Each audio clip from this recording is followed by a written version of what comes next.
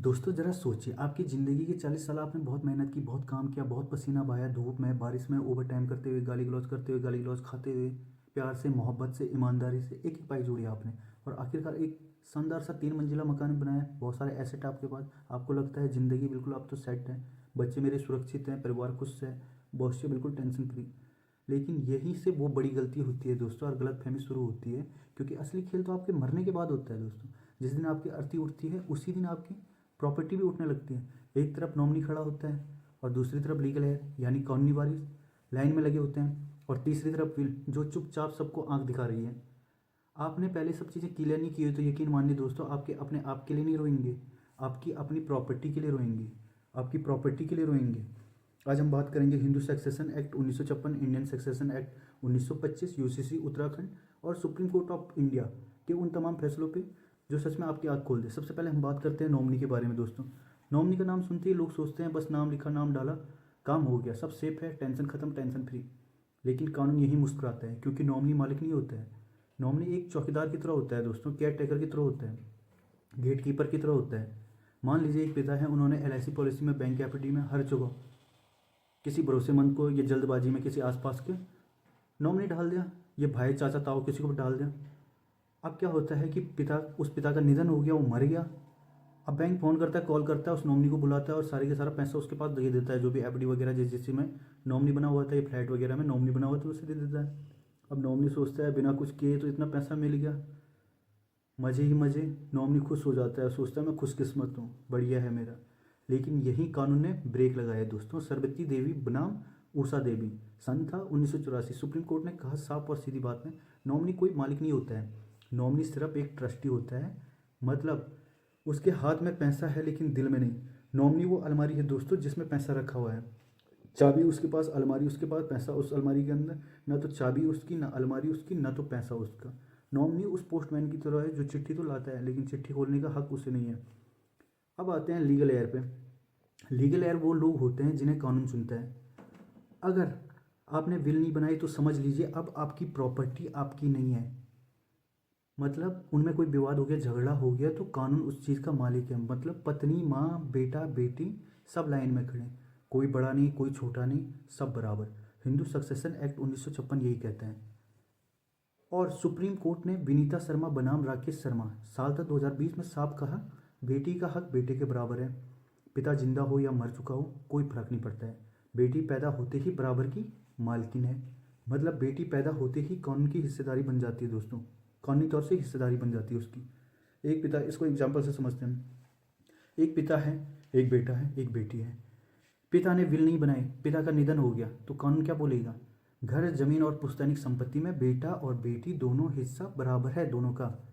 कोई ये नहीं कह सकता है कि बेटी की शादी हो चुकी है, बेटी शादीशुदा है, अलग रहती है, दूर रहती है।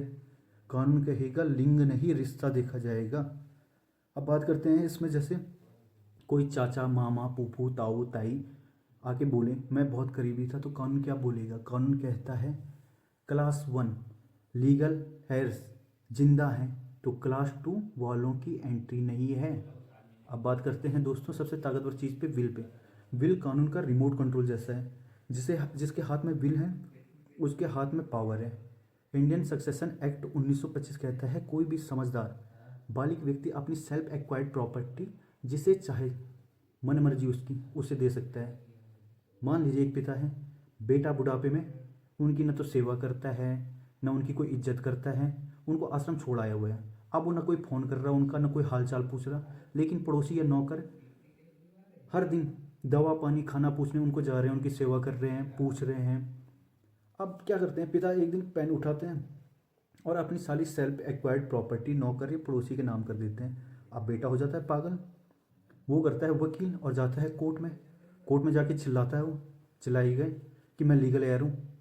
कोर्ट शांत आवाज़ में कहेगा विल मालिक की मर्जी, जिसे देना था हमने उसे दे दी, मालिक ने जो लिखा था उसी के नाम पे सारी संपत्ति सेल्फ एक्वायर्ड उसने जो करनी थी कर दी है।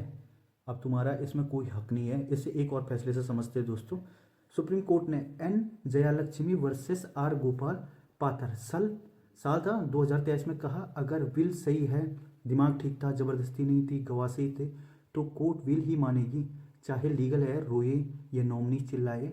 अब एक ज़रूरी बात दोस्तों, इनकी तो बिल्कुल नहीं चलेगी। ज़रूरी बात ये करता हूँ मैं पुश्तैनिक संपत्ति के बारे में। दादा परदादा की संपत्ति पूरी किसी की भी नहीं होती है, उसमें बच्चों का हक जन्म से होता है। अब बात करते हैं दोस्तों यूनिफॉर्म सिविल कोड उत्तराखंड की। उत्तराखंड में लागू है यूसीसी, मतलब अगर कोई व्यक्ति बिना विल के मरता है तो अब घर वाले नहीं, रिश्तेदार नहीं, कानून तय करेगा कि इसको कितना मिलेगा। यहाँ ना तो धर्म देखा जाएगा, ना भावनाएं देखी जाएंगी, सीधा कानून चलेगा। इसलिए यूसीसी में आने के बाद विल बनाना और भी ज़रूरी हो चुका है दोस्तों, क्योंकि कानून तय करेगा, नहीं तो कितना किसको मिलेगा, कितना किसको मिलेगा। अब समझिए फ्लैट और नॉमिनी का खेल, ठीक है।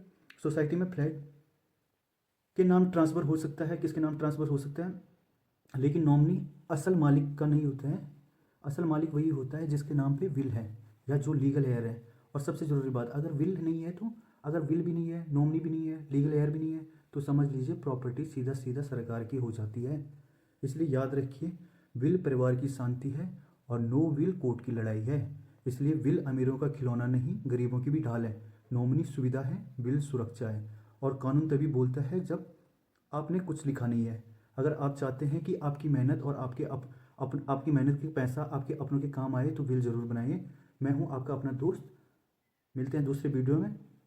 लीगल बातचीत चैनल को सब्सक्राइब जरूर कीजिए, क्योंकि जानकारी वही है जो बचाव करे। जय हिंद।